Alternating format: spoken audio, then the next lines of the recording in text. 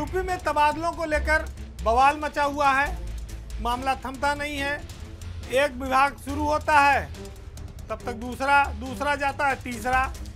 स्वास्थ्य आया, पीडब्ल्यूडी आया, अब जल शक्ति आ गया और इसमें तो 4 हाथ आगे बढ़ गया मामला। ब्रजेश पाठक ने तो तबादलों पर चिट्ठियाँ लिखी थी, यहाँ तो इस्तीफा तक आ गया।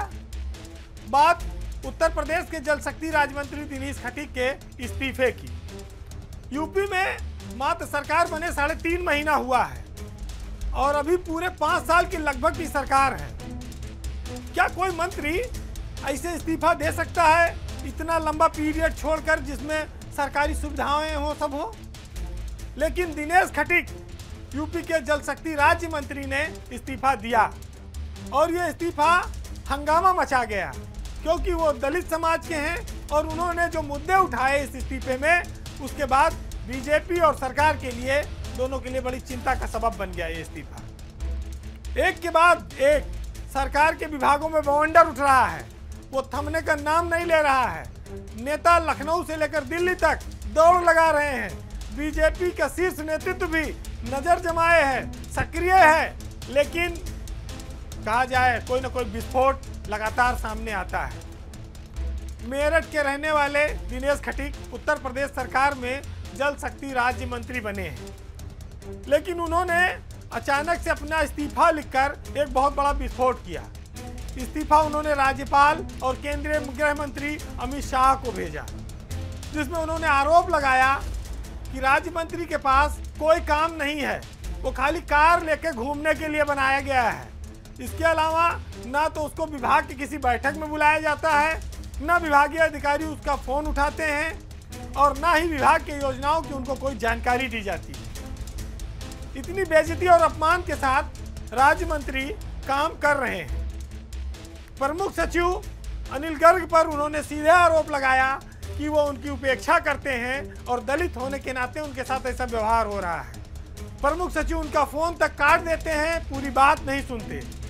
लेकिन इस बार जो जल शक्ति महकमे में तबादले हुए हैं उसमें खूब भ्रष्टाचार हुआ है, वसूली की गई है। इसकी किसी एजेंसी से जांच करानी चाहिए। इस्तीफे के साथ साथ उन्होंने सरकार पर यह तोहमत भी मारी। लेकिन अगर हम पलट कर पीछे देखें तो दिनेश खटीक ने तो बोल दी अपनी बात, लेकिन वाकई में राज्य मंत्री तो राज्य मंत्री, कैबिनेट मंत्री तक अफसरों से परेशान है। राज्य मंत्रियों के सामने समस्या जरूर है कि उनके पास अधिकार कुछ नहीं है। वो गाड़ी और बंगला लेके कई दिन अपने आप को शांत रखें। उन्हीं के विभाग के कई सारे ठेकेदार, सरकार बदलती है, नए मंत्रियों से सेट हो जाते हैं और उन्हीं के सामने कई सारे इंजीनियरों के तबादले और पोस्टिंग करा लाते हैं। राज्य मंत्री कुर्सी पर बैठा रहता है, गाड़ी लाल बत्ती लिए घूमता है, लेकिन उसकी हैसियत अपने विभाग के उस पावरफुल ठेकेदार से भी कम रहती है। संवैधानिक व्यवस्था में कुछ बंटवारा हुआ है।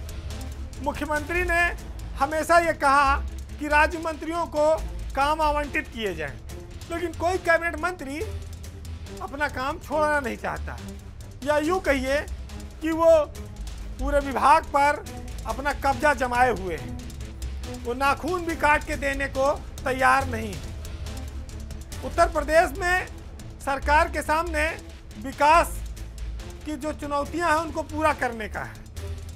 एक एक्सप्रेस वे का उद्घाटन भी कराया सरकार ने, लेकिन उसकी बजाय चर्चा भ्रष्टाचार और तबादले और इस्तीफे की ज़्यादा है। हालांकि मंत्री ने अपना इस्तीफा वापस ले लिया है। दिल्ली के निर्देश के बाद वो मुख्यमंत्री योगी आदित्यनाथ से भी मिले हैं, लेकिन ये फौरी रोक है।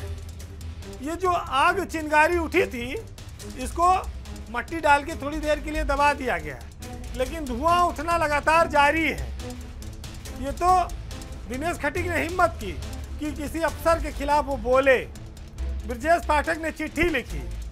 ऐसे तमाम सारे मंत्री हैं जो दबी जुबान में इसको सही मानते हैं, लेकिन वो खुद सामने आने से डरते हैं।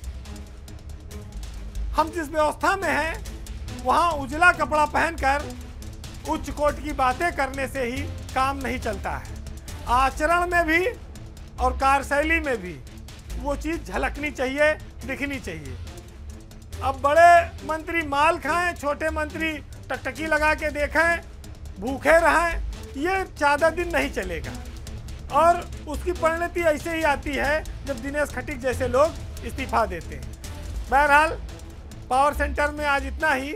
आपको जाते जाते मंजर भोपाली साहब की उन लाइनों के साथ छोड़ जाते हैं जिनका हमारे समाज पर बड़ा गहरा असर है। झूठ सही, परिवार, समाज, तमाम सारी बातें इसमें आपको सुनने को मिलेंगी कि करबला नहीं लेकिन झूठ और सदाकत में कल भी जंग जारी थी, अब भी जंग जारी है। और बच के हम किधर जाएं इस सियासी जंगल से? एक तरफ दरिंदा है, एक तरफ शिकारी है। बाप बोझ ढोता था, क्या दहेज दे पाता, इसलिए वो शहजादी आज तक कुंवारी है। नमस्कार।